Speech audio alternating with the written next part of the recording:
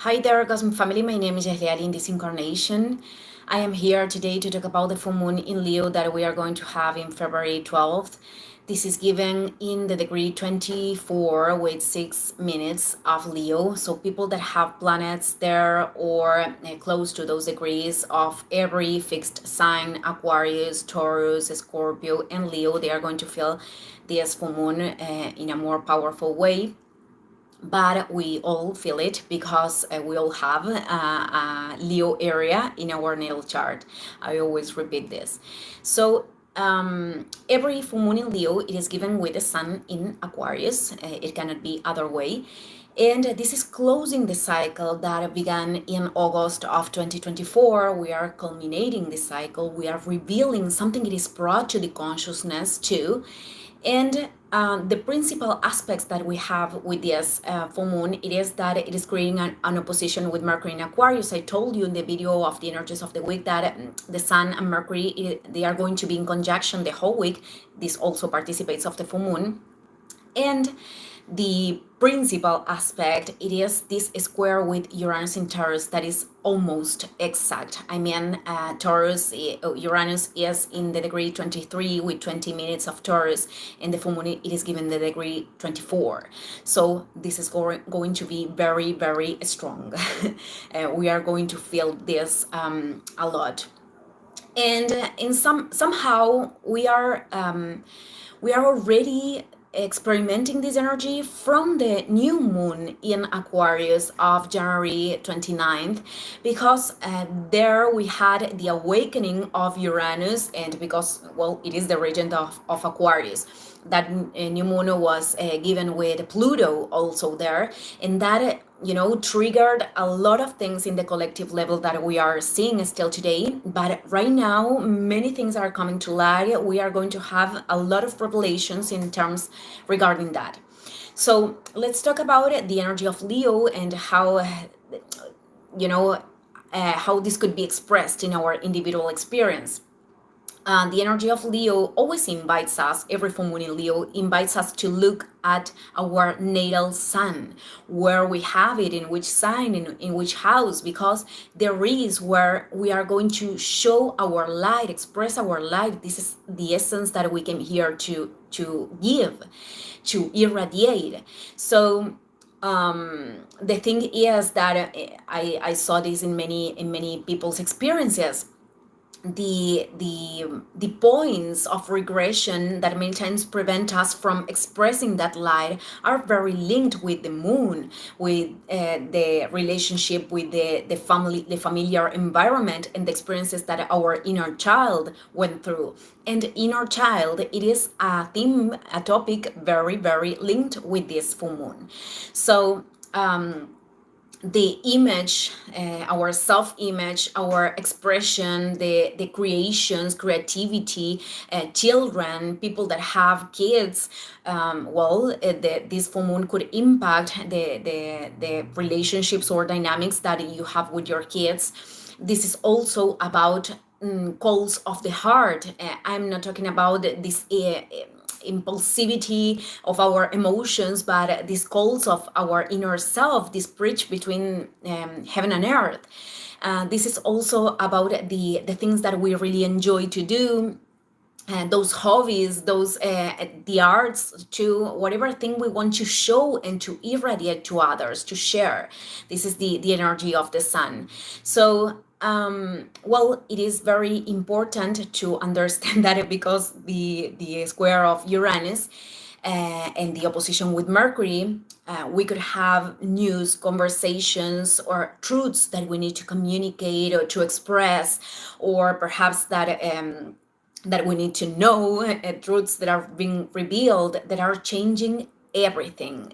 And squares with Uranus in fixed signs, many times we could experiment them as, I am very attached to this idea, I am very attached to these material possessions, could be linked with that too, or with something that was actually creating the sense of stability, but it is no longer creating growth. So the squares with Uranus are situations that are impulsing us to move, to detach, to make the changes. Many times this is linked with radical cuts. And well, these changes are not always chosen by our identity, but they have a greater purpose. And this is the thing that we have to take in account every time that we have tensions with Uranus.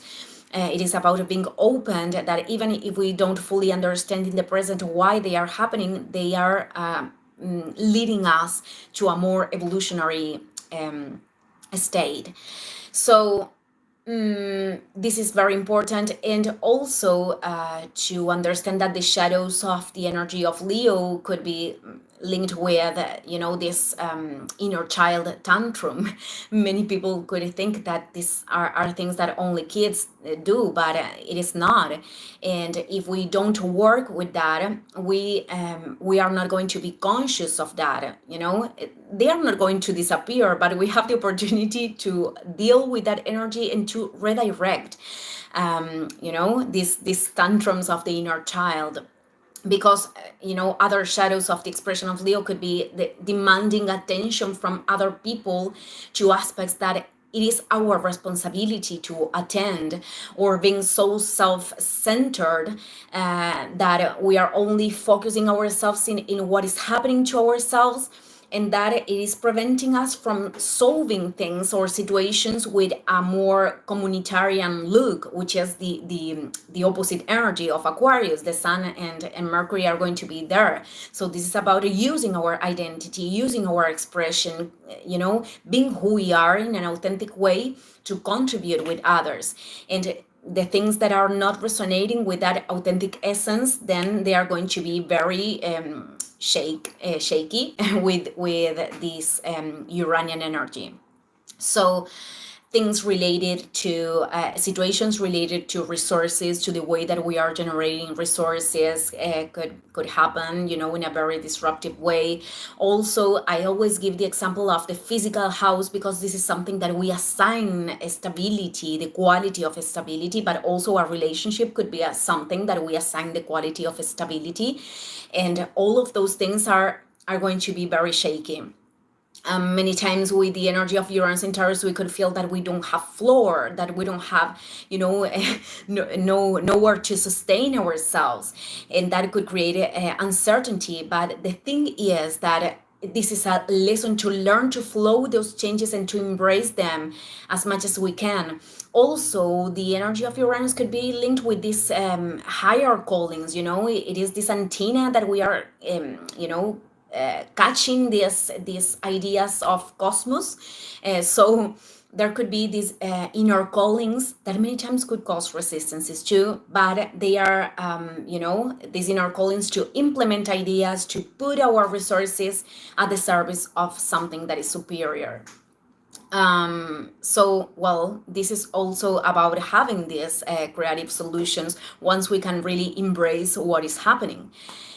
Other thing that I wanted to comment is that Mars retrograde in Cancer, it is creating a trine with Saturn in Pisces. This is actually perfected on February 9th, but it is still on track by the moment of the full moon. And this is a very good aspect, because at the same time that we have all this, this chaos, because the energy of Uranus could be chaotic, just to create a different order, we have here the opportunity to go inwards, Mars retrograde in Cancer, and to give us the emotional security to accompany ourselves to go through these changes, so we can build something that is much more aligned with our soul. So we can commit with ourselves to put the energy right there. And it is also an aspect of something that is maturing and that could be given fruits. Perhaps we are manifesting an opportunity to move forward. So it is a very nice aspect that is accompanying this process. In the collective level, we are talking about people that have roles of leadership. This is also about how we are assuming the role of leadership in our own experience, and people that are in the public eye, and things and news that are coming and that are changing the circumstances. So I said this many times, but the people that are really like moving the pieces in here, many times they are not visible, they are not in social media, the ones that are pulling the strings. But well, many things are coming to light regarding that. Then the food industry, agriculture, economy, all of those things are going to be receiving changes, unexpected changes. And I am seeing this with the company of the sugar drink that people is making the boycott. And beyond the reasons that this is happening, beyond the reasons of all that is happening right now in United States, I think that everything has a reason and every crisis has an opportunity. We have to be open to that, especially in this planetary transition, because many things are happening. But well, it is crazy because that drink is a poison for our physical body. So I think that the main reason should be that stop consuming that, because it is not contributing to our physical body nor our health. So that's why I see this as an opportunity. And this in this specific thing of United States, I'm not going to enter there, because I know that the evolutionary destiny for humanity, for the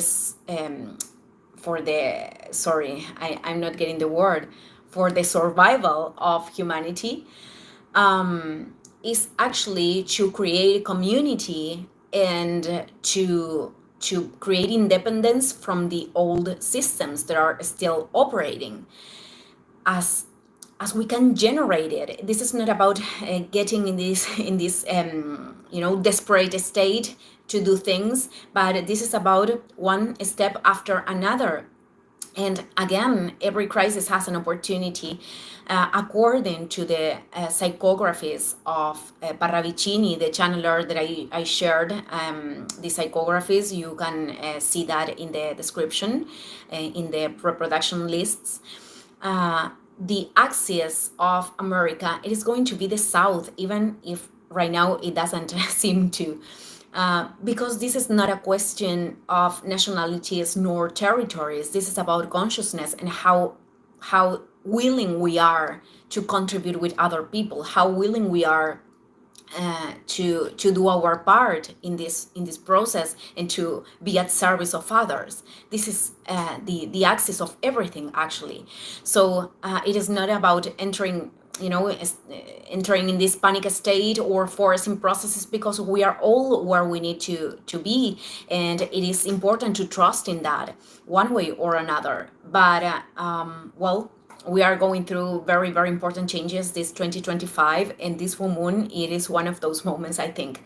So, well, I'm going to expand on this in the next videos. Thank you, everyone, and see you in the next one. Ciao, ciao.